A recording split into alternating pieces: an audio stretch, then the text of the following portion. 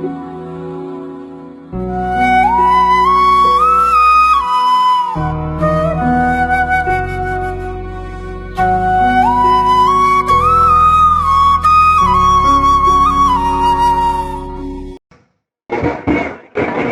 मुक्ति वाले और क्रम मुक्ति वाले योगियों का वर्णन किया था। सद्यो मुक्ति वाले योगी वो कहलाते हैं जो बराबर समाधिस्थ रहते हैं और निर्भीक समाधि तक पहुंच जाते हैं। ऐसी अवस्था के अंदर उनके कर्म विपाक और कर्माशय वगैरह सब खत्म हो जाया करते। क्रम मुक्ति वाले वो योगी कहलाते हैं जिनका लक्ष्य संस्कार भुगतान का रहता है और वो देख लेते हैं कि हमारे कौन कौन संस्कारी कहाँ पर हैं, उनके साथ हमारा कैसा कैसा संस्कार है, इस लोक में है और परलोक में है, उनका भुगतान वो किया करते। उनका भुगतान करने के भी दो तरीके मैंने बतलाए थे। एक तो ये कि वो चित्त निर्माण करके अपने चित्त बना करके जिसके साथ संस्कार है उसके पास वो चित्त चला जाए और जैसा जैसा संस्कार है उसका भुगतान कर। दूसरा बतलाया था कि वो लोग योगी यदि प्रबल कोई संस्कार होता है तो उसमें वो काय निर्माण करते हैं। एक शरीर वहां बना रहता है जहां वो हैं, किंतु दूसरे स्थानों पर विभिन्न शरीरों से देवलोक में दूसरे लोकों के अंदर वहां के संस्कारों का भुगतान किया। ये एक नियम की बात है। अवश्यमेव भोक्तव्यम कृतं कर्म शुभाशुभम। हमने हमारे किए हुए अच्छे या बुरे कर्म मनुष्य के प्रारब्ध जो हैं वो उसको अवश्य ही भोगने पड़ते हैं। भोगने से उनका निपटारा होता है, वैसे उनका निपटारा नहीं हुआ। ये सब बातें मैंने स्पष्टीकरण के साथ कल के व्याख्यान में समझा दी और बाद में मैंने एक बात कही थी, श्री आनंद प्रभु जी हिमालय से यहाँ कैसे आए, ये एक बताने वाली बात थी। मुझे एक बात याद आती है, एक घटना। ब्रह्मचारी गोपालानंद जी मेरे गुरु भाई, उनके स्वभाव में एक बात थी कि वो जिसके अंदर जो ताकत दिखाई देती अपनी योग शक्ति से उसकी उस ताकत को ले लिया करते थे। उन्होंने कई इस प्रकार की साधनाएं की, विभिन्न प्रकार से साधुओं के पास ऋषि मुनियों के पास योग ध्यान से गए और उनके पास जो गुण होता था वो ले लेते थे, पूछ लेते थे। किसी के अंतर गुण को जानने के दो तरीके होते हैं। एक तो तरीका ये होता है कि उनके सूक्ष्म शरीर का आकर्षण करे, सूक्ष्म शरीर सामने आएगा तो वो यथा तथ्य बात को कह देगा, जो उसके मनोभाव हैं वो स्पष्ट। दूसरी बात, यदि सूक्ष्म शरीर का आकर्षण न हो सके तो उस हालत में उसके मन में मन, बुद्धि में बुद्धि, चित्त में चित्त, अहंकार में अहंकार पर विलीन कर दे। विलीन करने पर जो विचार उसके होंगे वो उसके मन में भी आने लगेंगे। इस प्रकार से भी जानने का दूसरा तरीका है। हमारे मेरे भाई ब्रह्मचारी गोपालानंद जी के अंदर ये स्वभाव था, वो इस प्रकार से ऋषि मुनियों से कई प्रकार की ताकतें प्राप्त किया करते थे। मेरे सामने भी कई एक घटना इस प्रकार की घटित हुई। उन्होंने किसी से कोई गुण लिया और वो क्या नाम उनके शरीर के अंदर वो शक्ति प्रकट हुई। ये हमने स्वयं उनको देखा। एक बार की घटना मेरे सामने घटित हुई। उन्होंने बलाकर्षणी विद्या सिखों के गुरुदेव गुरु नानक देव से एक विद्या सीखी। वो विद्या थी बल के आकर्षण करने वाली। वो सीख ली। गुरु नानक देव ने उनसे कह दिया कि ये श्री प्रभु जी से पूछ, उनको बतला कर तुम इसका अभ्यास करना, स्वयं नहीं करना।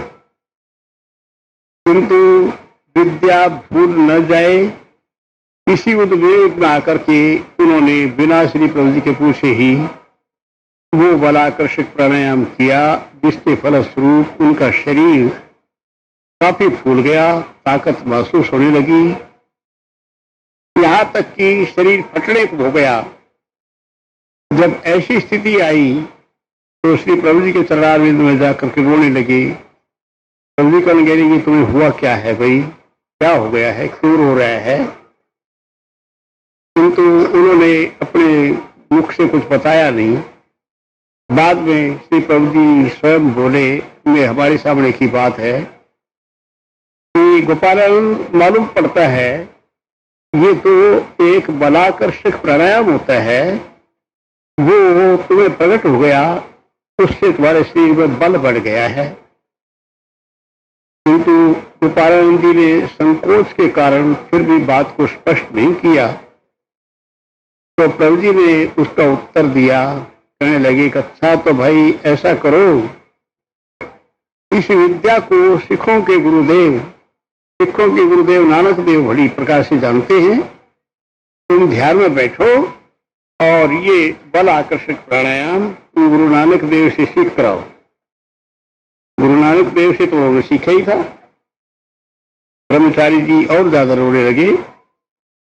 उसके बाद श्री प्रभु जी ने कहा, अच्छा तो तू गुरु नानक देव से बल आकर्षक प्राणायाम सीख आया है, चलिए अच्छा बता, तू इतने बल को बढ़ा करके क्या करेगा? फौजी बनेगा, शत्रुओं से लड़ाई करेगा, कुश्ती किया करेगा, क्या करना है तेरे इतने बल का? किंतु ब्रह्मचारी जी रोते रहे, कुछ बताया नहीं। उसके बाद मुरादाबाद का एक लड़का था कैलाश,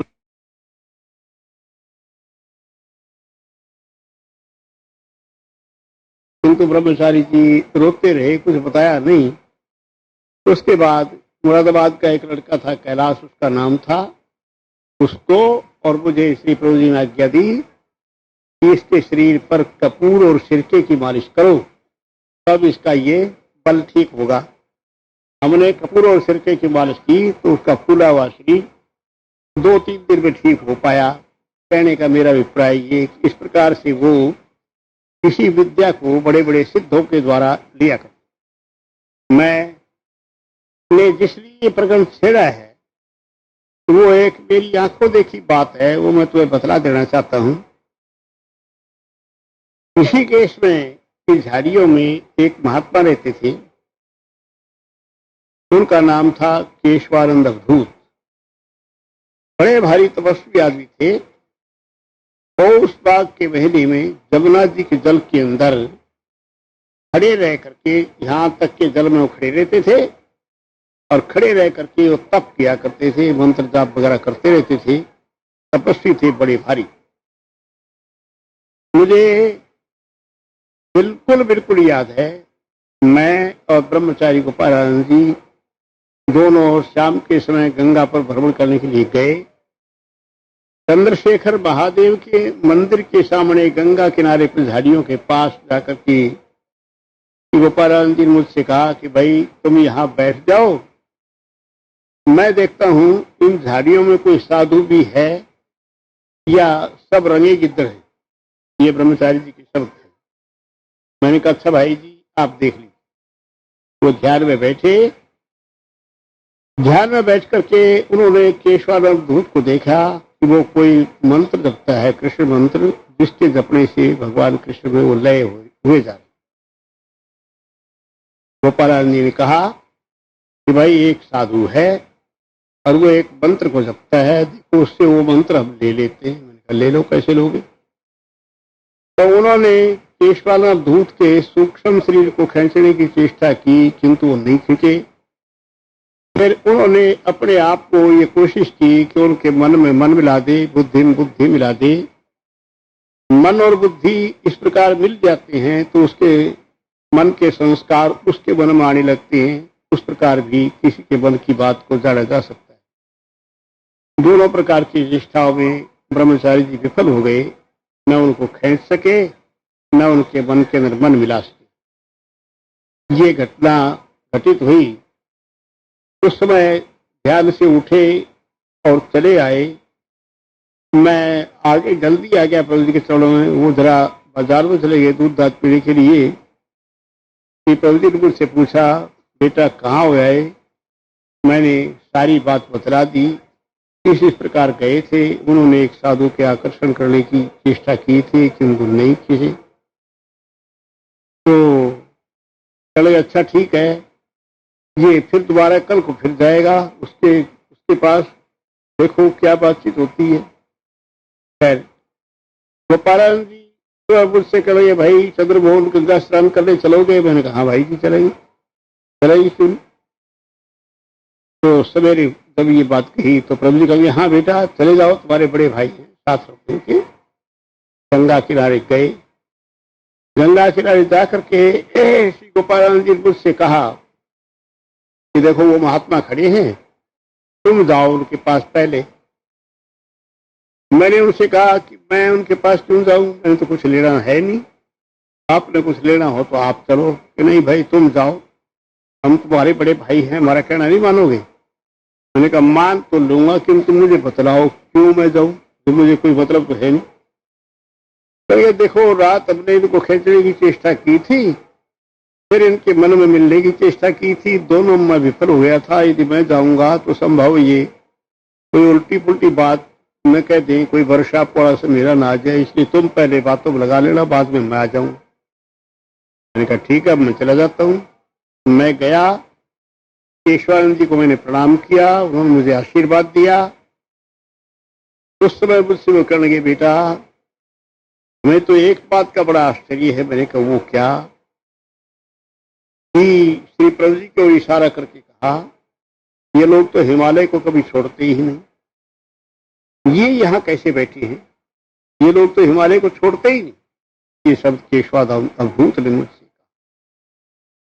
उसके बाद दो तीन बातें और भी की। फिर बाद में गोपालानंद जी भी आ गए, आने पर उन्होंने प्रणाम किया, किंतु उसके बाद अवधूत जी प्रसन्न नहीं हुए। कहने लगे, भाई तू तो मेरे को खींच के ले ले, या मेरे ले ले, मेरे मन में वही बात जो ध्यान में हुई थी सब उन्होंने कही, किंतु सफलता नहीं पा सकी।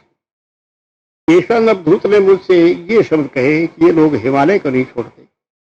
मुझसे कहा तुम पूछ का प्रभु जी से आज्ञा दे तो उनके दर्शन करे आओ। मैं पूछने के लिए गया, प्रभु जी ने जवाब दे दिया कि नहीं वो महात्मा है विरक्त, उसका यहाँ आना ठीक। मैं लौट करके वो बात करने के लिए उनके पास गया तो केशवानंद जी हंस रहे थे, कभी बेटा जवाब दे दिया? मैंने कहा हाँ महाराज जवाब दे दिया। खैर उनकी जैसी कृपा, हम तो उनके दर्शन करना चाहते थे किंतु उन्होंने मना कर दिया, तो फिर जाने दो, हम नहीं जाएंगे। अस्तु, मेरा कहने का अभिप्राय केवल बात एक है कि उन्होंने कहा कि ये लोग तो हिमालय को छोड़ते ही नहीं, ये आए तो यहाँ कैसे आए? कहने का मेरा अभिप्राय ये कि इस प्रकार के महासिद्ध हिमालय से नीचे उतरते ही नहीं, आते ही नहीं। उसका कारण केवल मात्र एक होता है कि बाहरी संपर्क में आकर के कोई बरसात की समस्या न खड़ी हो जाए, इसलिए नहीं आते वो लोग। हमने श्री आनंद प्रभु जी के चरणारविंद में एक बात खास देखी है, वो ये, न तो उनको हमने नाराज होते देखा, न किसी को शाप देते देखा। हाँ कहीं पर आशीर्वाद देते देखा, और वो आशीर्वाद तो फल हो गए, सफल हुआ, उसी समय जो कह दिया वो हो गया। ऐसी बहुत सी बातें मेरे सामने हैं। उसके बाद खैर मैं जो बात कहना चाहता हूं वो ये है कि श्री प्रभु जी हिमालय से कैसे आए। मुख्य विषय ये था कल का, वहां पर एक घटना घटित हुई थी। तुम्हें शायद इस बात का ज्ञान होगा कि हमारे जो महाप्रभु जी हैं, मेरे दादा गुरु, वो स्वयं सदाशिव रूप हैं एक बार श्री प्रभु जी के चरणारविंद में मैंने भगवान शंकर की तस्वीर को दिखला करके ये कहा कि प्रभु जी ये है मेरे दादा गुरु। तो प्रभु जी हंस पड़े, हंस के कहने लगे कि नहीं, ये नहीं, तुम्हारे दादा गुरु तो इनके भी दादा गुरु है, ये शब्द इसके भी बाप, ये शब्द श्री प्रभु जी ने अपने मुख से उच्चारण किए। और उसका कारण मैंने कल परसों तुम्हें सदगुरु तत्व की बात बतलाई थी, वो बतलाते हुए समझा दिया था कि नास्ति तत्वम गुरु परम, गुरु से बढ़कर के कोई तत्व नहीं है। महाप्रभु जी जो स्वयं सदाशिव रूप हैं, वो 6 महीने में एक बार समाधि से उठते हैं और हिमालय के अंदर है ही हैं। श्री प्रभु जी अपने मुखारबिंद से एक बात बतलाया करते थे और वो ये कहा करते थे, जिस समय हम हिमालय में गए कि महाप्रभु जी के चरणों में पहुंचने का एक कारण बना था। नेपाल में गए, काठमांडू में, और वहां पर एक गुफा है, उसका नाम है गुहेश्वरी गुफा। हम तो समझते थे गुंजेश्वरी गुफा, किंतु वो गुहेश्वरी गुफा उसका नाम है। हम नेपाल गए थे। गुहेश्वरी गुफा में श्री प्रभु जी ने तप में रहे 4-5 दिन और उसके फलस्वरूप महाप्रभु जी वहां से उनको ले गए। पहले थोड़ा सा तप से पूर्व महाप्रभु जी के चरणारविंद में पहुंचने के लिए थोड़े जंगल में निकले थे। वहां 1-2 घटनाएं घटित हुई। एक जगह पर एक अघोरी आया। अघोरी लोग जो हैं नरामिष भोजी होते हैं, मनुष्य का मांस खाते हैं। कि प्रभु जी के साथ में 2 हमारे गुरु भाई थे। एक तो दंडी स्वामी था और एक का नाम था मुखराम, जो बलिया जिला का रहने वाला था। एक स्वयं प्रभु जी थे। एक अघोरी आया, वो तीनों को उठाकर ले गया। प्रभु जी कहते थे हमें यहाँ गर्दन पर बिठा लिया, मुखराम को उसके कंधे पर रख लिया और वो लेकर के भाग। जंगल में जाकर के किसी गहर गुफा के अंदर इन तीनों को छोड़ करके और आगे से पत्थर लगा दिया। और वहां जंगली जितने उनके मनुष्य थे, जैसे हम तुम नौता करते हैं, इसी प्रकार से वनमानसों को नौता करने के लिए उसने चिल्लाना शुरू किया। काफी वनमानस इकट्ठे हो गए। वहां पर एक वनमानस की स्त्री का ये स्तन भाग बहुत फूला हुआ था और वो रो रही थी।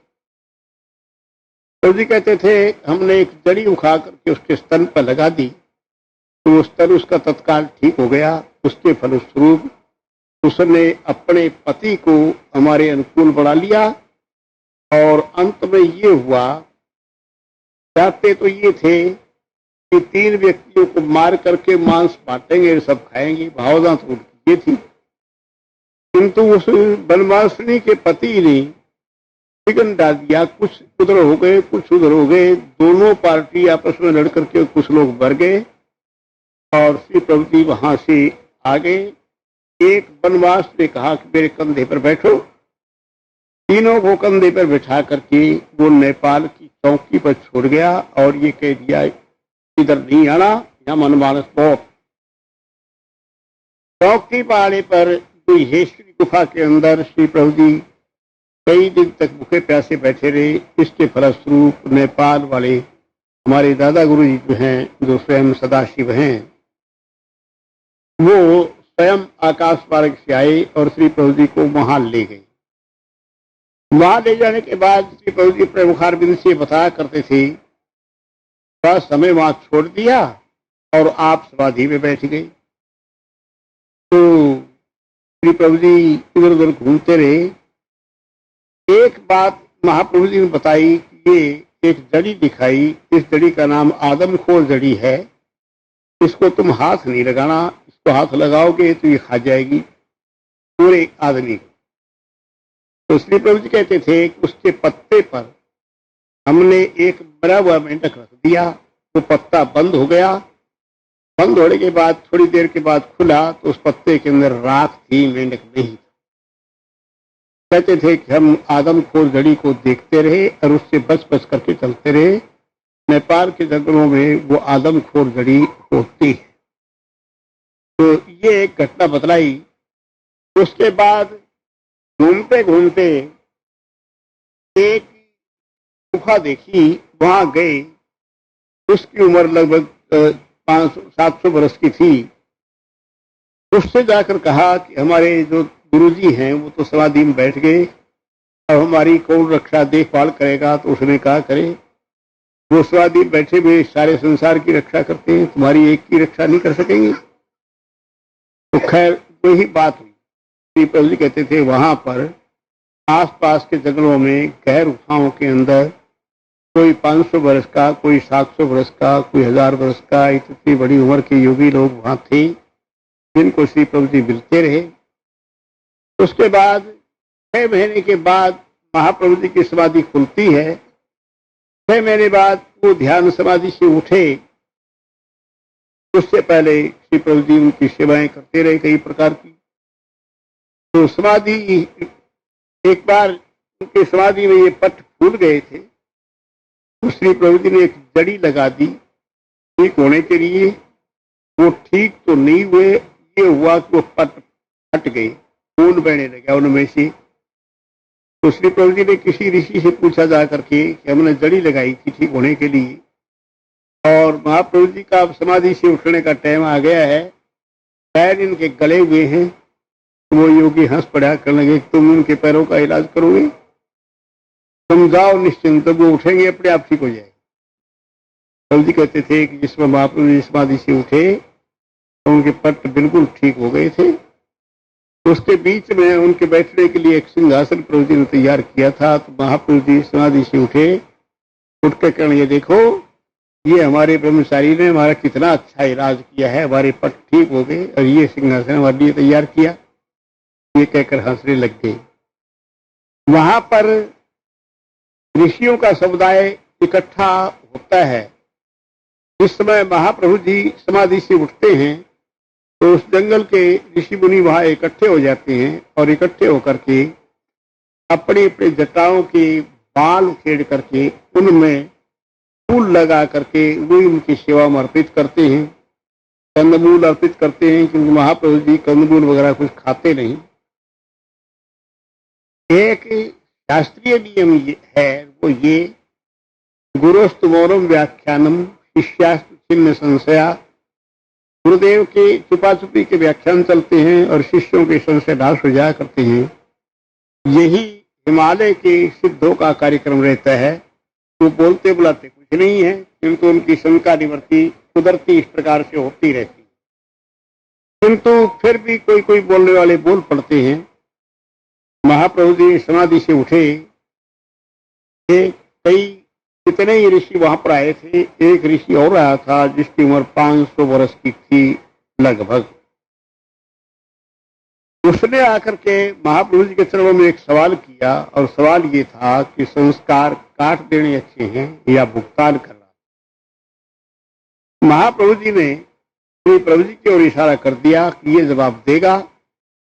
वो चिढ़ गया। उसकी उम्र 500 वर्ष की थी। श्री प्रभु जी की उम्र जो थी अधिक से 18-20 वर्ष की होगी, ज्यादा उम्र नहीं थी। तो चिढ़ करके कहने लगा कि ये मेरी शंका की निवृत्ति ये करेगा? महाप्रभु जी ने कहा यही करेगा। तो प्रभु जी के लिए तो महाप्रभु जी ने आज्ञा दी। उसने कहा कि ये 84 लाख योनि भोगने लायक तुम्हारी शंका की निवृत्ति करेगा। तो महाप्रभु जी ने उत्तर दिया खैर ये इसकी 84 लाख तो हम देखेंगे, अपने आप तो तैयार हुआ नहीं, हमारी आज्ञा से हुआ। श्री प्रभु जी कहते थे कि 1 घंटे के अंदर अनेक योनियों में से यूं निकलते हुए दिखा दिया। उसके बाद उसको शाप था कि इसकी 84 तो हम देखेंगे किंतु तू अभी नीचे उतर जा। तो वो महाप्रभु जी के शाप से एकदम गल गया, सब अंगुलियां ऊपर रह गई, बर्फ में गल के खत्म हो गया।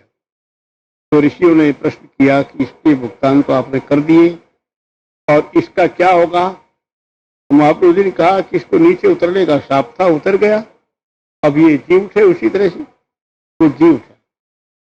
हमने श्री प्रभु जी से सवाल किया उसके लिए ऐसा क्यों हुआ, उसके अंदर इतना। प्रभु जी कहने वो क्रोधी था।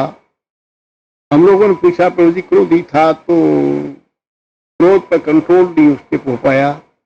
तो श्री प्रभु जी बड़े मुखार बिंद से कहा करते थे कि उसने गुरु के थपेड़े नहीं खाए थे, अहंकारी था, इसलिए उसको दंड मिल गया, नीचे उतरा और उतरने के बाद महाप्रभु जी ने उसको पुनर्जीवित कर दिया। ये घटना नेपाल में घटने के बाद श्री प्रभु जी वहां समाधिस्थ रहते रहे, किंतु कुछ समय बाद महाप्रभु जी ने आज्ञा दी कि तुम पृथ्वी पर जाओ। तुम्हारे जो संस्कारी हैं उनमें से बहुत से इस प्रकार के हैं जो हमारी शरण में आएंगे और जो पूर्ण योग को प्राप्त होंगे, उन संस्कारियों को ग्रहण करने के लिए तुम संस्कारों का भुगतान करो। श्री प्रभु जी महाप्रभु जी की आज्ञा मान करके वहां से नेपाल धाम से आए। देखने और कहने सुनने के अंदर तो उसी शरीर से उतर के आ गए, किंतु हमारे पास जो रिकॉर्ड मिला है उस समय उसी एक शरीर से वहां से आने के बाद समाई गांव में थे, एक शरीर से उसी समय अवागढ़ में थे, एक शरीर से गढ़ मुक्तेश्वर में थे, और वही टाइम मिलता है कलकत्ते में थे, वही टाइम मिलता है रामाबाई के उसमें। कलकत्ते में हमारा एक लड़का है, उसका नाम शिवशंकर है, शंकर है, वो आशुतोष चटर्जी जज साहब थे, उनके कुटुंब से है। उसके द्वारा हमने ये सब घटनाएं देखी। प्रायः बंगाल में रहने का समय, कलकत्ते के में रहने का समय, समाई में रहने का समय और सोरो रहने का समय, अवागढ़ रहने का समय, ये और अमृतसर रहने का समय, ये सब एक ही टाइम मिलती है सारी। तो इसका मतलब, इसका अर्थ ये है कि प्रभु जी नेपाल धाम से काय निर्माण के साथ आए और काय निर्माण करके ही संस्कार चक्र का भुगतान किया जिस प्रकार से जो कुछ करना था। और उसके बाद अमृतसर में श्री प्रभु जी ने अपना जो शरीर छोड़ दिया। रकम ज्यादा बढ़ गया है, किंतु थोड़ा सा कहकर मैं अब समाप्त कर देता हूं। तुम लोगों ने सबने भोजन भी करना है। अमृतसर के अंदर श्री प्रभु जी ने सबसे, जिस समय प्रभु जी का विचार था ये शरीर छोड़ने का, उससे पहले एक पत्र मेरे पास गया था, उसमें लिखा था कि पत्र के देखते ही फौरन चले जाओ, नहीं तो पछताओगे। और पत्र की पीठ पर लिखा था कि ये पत्र जहां भी चंद्रमोहन हो उसको वहीं पहुंचा दें। एक शब्द और लिखे हुए हो, क्या कहूँ, बड़ी उनकी बड़ी मेहरबानी हो। मुझे बड़ा संकोच लगा। मैं अपनी जन्मभूमि में था, पत्र मुझे ही मिला। वो पत्र के मिलते ही मैं अमृतसर चला गया था। मैंने जाकर प्रणाम किया। बड़े मुनीचंद नागपाल की वो नंदलाल सामने बगीचे में बैठा, ध्यान में बैठने पर थोड़ी देर में ध्यान से उठा और ध्यान से उठ करके उसने कहा कि नारद मुनि ने एक बात कही आज मेरी। वो ये कही है कि प्रभु जी आज नेपाल धाम को चले गए। तो श्री प्रभु जी पलंग पर लेटे हुए थे, कहने लगे कि क्या कही नारद ने कि प्रभु जी आप नेपाल को चले गए। तो प्रभु जी हंस पड़े, हंस के कहने लगे अच्छा ये बतलाओ, नारद की बात को सच मान करके किसी ने सुख पाया आज तक? क्या नारद ने दो दो धा कहा, उल्टा पुल्टा कहा, लड़ाई झगड़े कराए? नारद का तो काम ही ये है। हम कहाँ चले गए नेपाल को? हमारे सामने बैठे हैं, उनसे बात कर रहे हैं, खा रहे हैं, पी रहे हैं, कहाँ चले गए? वो कह लिया कि प्रभु जी नारद जी ने कहा। कहा नारद जी ने कहा तो सही, पर तुम ये बतलाओ तो सो, नारद जी ने कहा किंतु हम गए तो कहीं नहीं। वो कहने लगा कि एक बात और कह गए नारद जी। कहने क्या? कि इस शरीर के अंदर महाप्रभु श्री प्रभु जी अपना प्राण कोष रख गए हैं, दूसरे शरीर से, दिव्य शरीर से चले गए हैं, और वो प्राण कोष उन्होंने 20 दिन के लिए इसमें छोड़ दिया है। 20 दिन के बाद इस शरीर को भी छोड़ देंगे। तो प्रभु जी हंस पड़ गया, रे चल अर्थ की बात को धोखे में पड़ता है, हम बीमार हैं, कोई तकलीफ है, क्यों छोड़ देंगे, ऐसी बातें करते। किंतु बात बिल्कुल यथार्थ हुई, इसमें कोई शंका की बात नहीं। 20 दिन के बाद ही प्रभु जी ने अपने उस शरीर का त्याग कर दिया, जैसा कि उन्होंने कहा था। जिस दिन शरीर त्याग किया मैं वहीं पर था, मुझे प्रभु जी ने पत्र लिख दिया था और मैं आ गया था। शरीर त्याग करने के बाद हम लोग प्रभु जी के स्वरूप शरीर को संभाले बैठे थे, लोग बात कीर्तन करते थे। एक आदमी था जिसका नाम जगन्नाथ था, प्रभु जी का सजाती बंधु था। वो गुरु के बटाले में किसी काम के लिए गया था।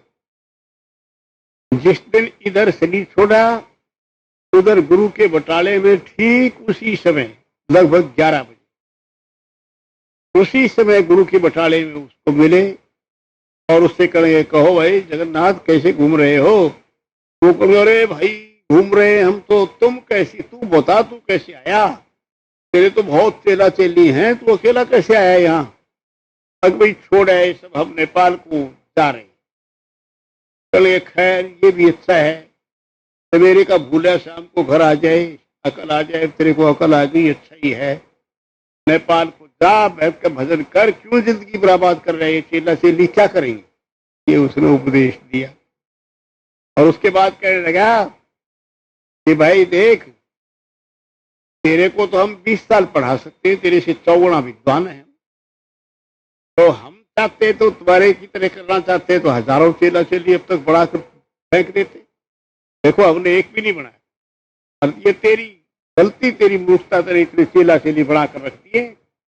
खैर अब अकल आ गई, सवेरे का भूला शाम को घर आ जाए वो भी ठीक ही है, कोई बात नहीं, थोड़ा ठीक किया, बहुत अच्छा किया। प्रभु जी से बात होती रही, दोनों ने मिलकर के भोजन बनाया, भोजन खाया। वहां पर खाने पीने के बाद वो जगन्नाथ करने गया, अच्छा भाई तुम नेपाल को जाओ और मैं अमृतसर जाऊंगा। प्रभु जी कहते, भाई जगन्नाथ एक काम कर देना छोटा सा। नहीं क्या? हमारे बच्चे हमारे आ जाने पर बड़े दुखी होंगे वहां, उनसे कह आना कि फिर मिलेंगे। तो जगन्नाथ चिढ़ गया, फिर कह गया, फिर क्या मिलेगा, अभी चल, अठाने के पैसे लगते किराए के मैं दे दूंगा, चल अभी चल, छोड़ कर जा ही क्यों रहा है, फिर क्या मिलकर करेगा, अभी मिल ले, फिर क्या बाद में आता फिरेगा, अभी चल।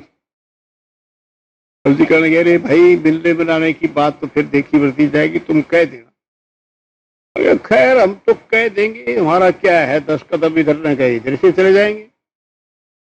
वो आया अमृतसर में संदेश देने के लिए, तो श्री मुलुकराज जी महाराज बाहर खड़े थे, उनसे कहा, भाई तुम्हारा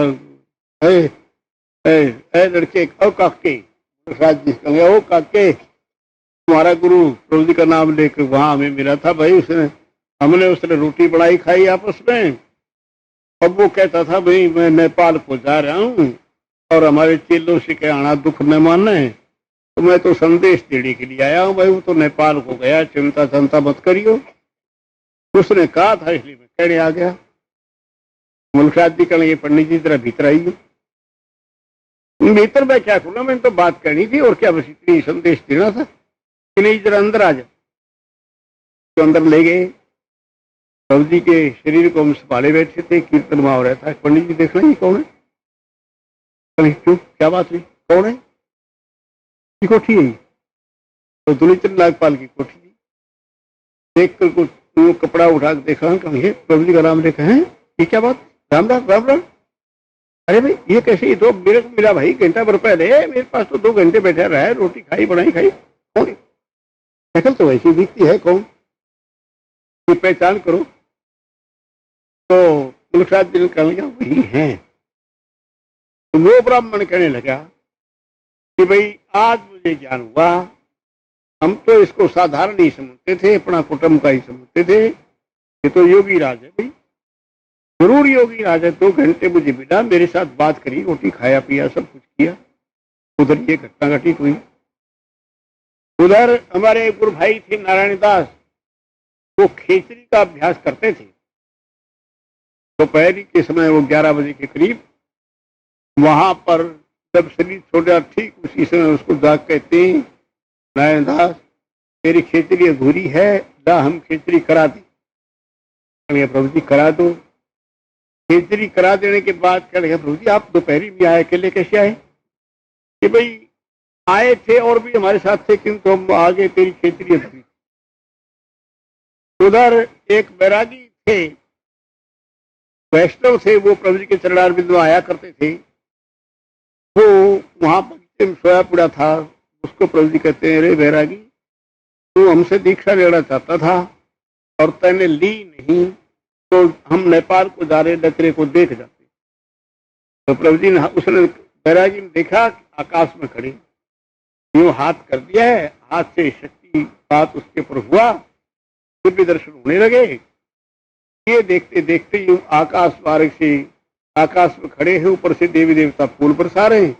तो श्री प्रभु जी आकाश मार्ग से उठ करके ये कहकर हम नेपाल धाम को जा रहे, आकाश मार्ग से चले गए। वो बैरागी भी हम लोगों के पास भागा हुआ आया, नारायण दास भी आए, उन्होंने सबने अपनी अपनी बातें बतलाई। उधर प्रभु जी के शरीर को देखा, उधर स्थूल शरीर में कई जगह पर मिले। तो ये श्री प्रभु जी का काय निर्वाण कार्य। इतनी बातें बतलाने का मेरा मतलब क्या है? केवल बात एक बात मतलब है, वो ये कि श्री प्रभु जी नेपाल धाम से आए, काय निर्वाण से आए, अनेक शरीर एक साथ बढ़ाए और इधर से गए, उधर से भी काय निर्वाण के द्वारा गए। वो एक शरीर दिखाने मात्र के लिए छोड़ दिया, दूसरा शरीर धारण करके नेपाल धाम को चले गए। वैसे नेपाल से आए ही नहीं, श्री प्रभु जी वहां समाधिस्थ हर वक्त रहते।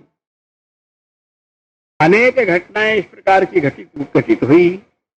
हमारा एक साधु चित्रकूट में घूमता आजकल, वो नेपाल धाम में कई दिन भूखा प्यासा पड़ा रहा। एक महात्मा उसको ले गया, ले जा करके उस महात्मा ने आकर कहा, मेरा नाम ले, तुम उनके शिष्य हो? कहा मैं उनका शिष्य हूँ।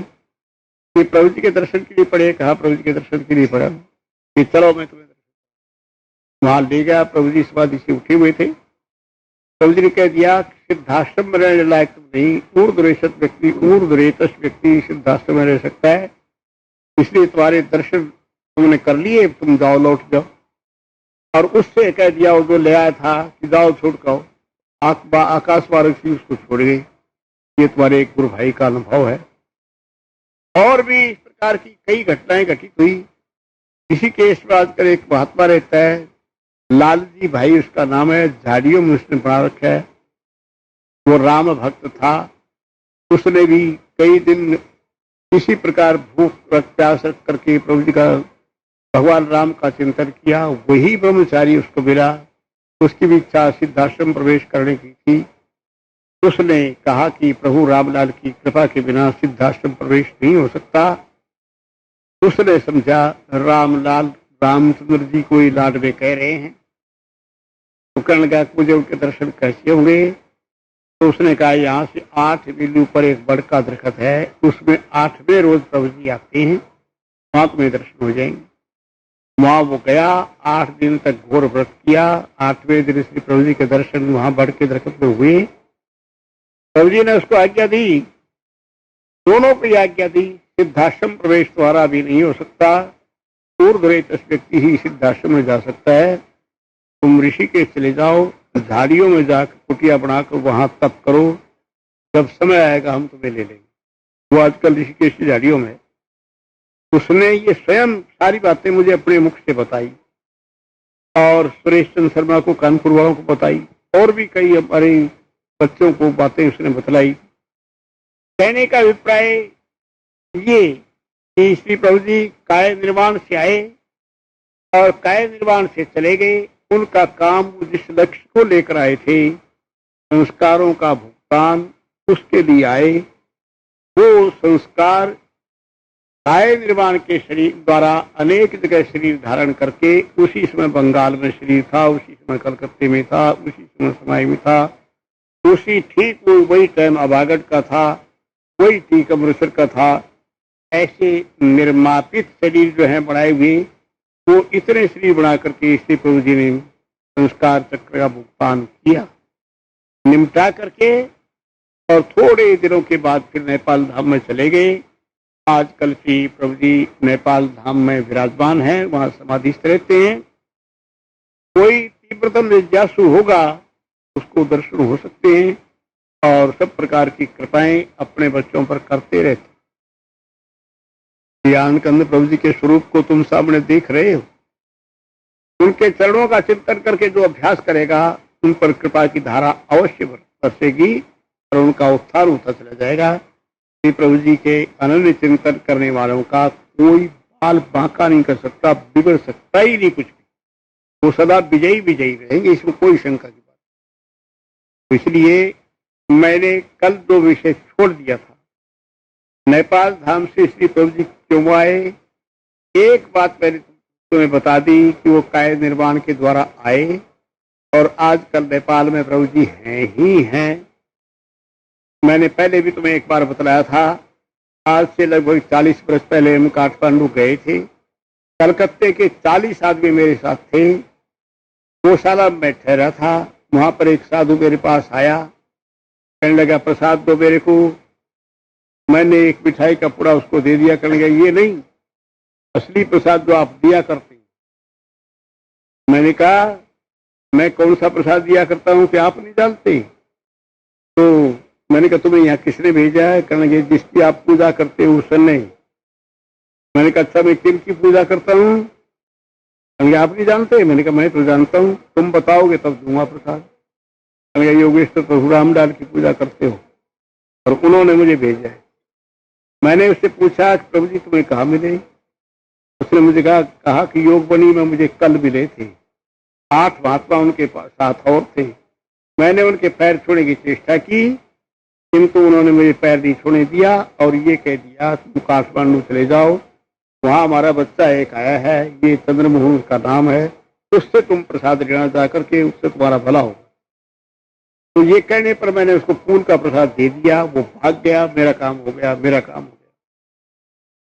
प्रभु जी ने उसको क्यों नहीं प्रसाद दिया?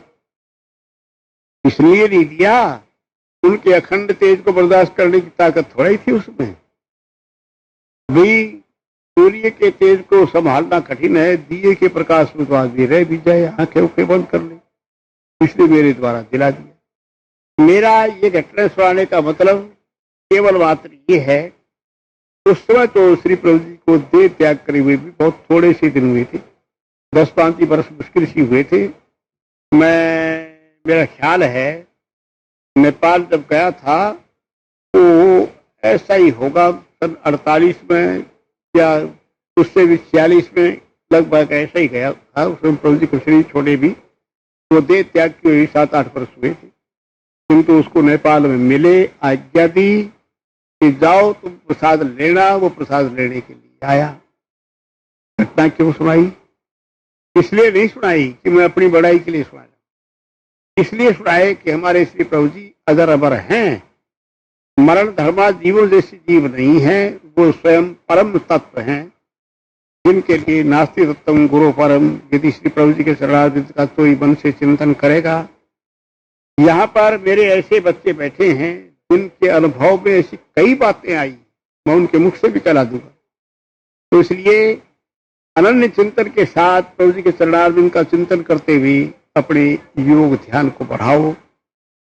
उनकी कृपा से सबके अंदर शक्ति का प्रकाश होता रहेगा और वो बढ़ते चले जाएंगे। ये तो बातें मैंने बतला दी। फिर मैं आज थोड़ी सी बातें वो प्रातः काल वाली कहता हूँ। देखो मेरे बच्चों की भीड़ काफी आ गई है और कल और आएगी, परसों शाम तक आना, दोपहर तक आना ही आना बना रहेगा। इतना हमारे पास प्रबंध भी नहीं है सबके ठहराने का, किंतु तुम अपने स्थान में आए हो। यहाँ दरबार में सो जाना, झोपड़ियों में सो जाना, उसके नीचे सो जाना, यद्यपि ये ठीक है, अपने घरों बड़े आराम से रहते होगे, किंतु ये तुम्हारा धाम है जिसके लिए तुम आए हो।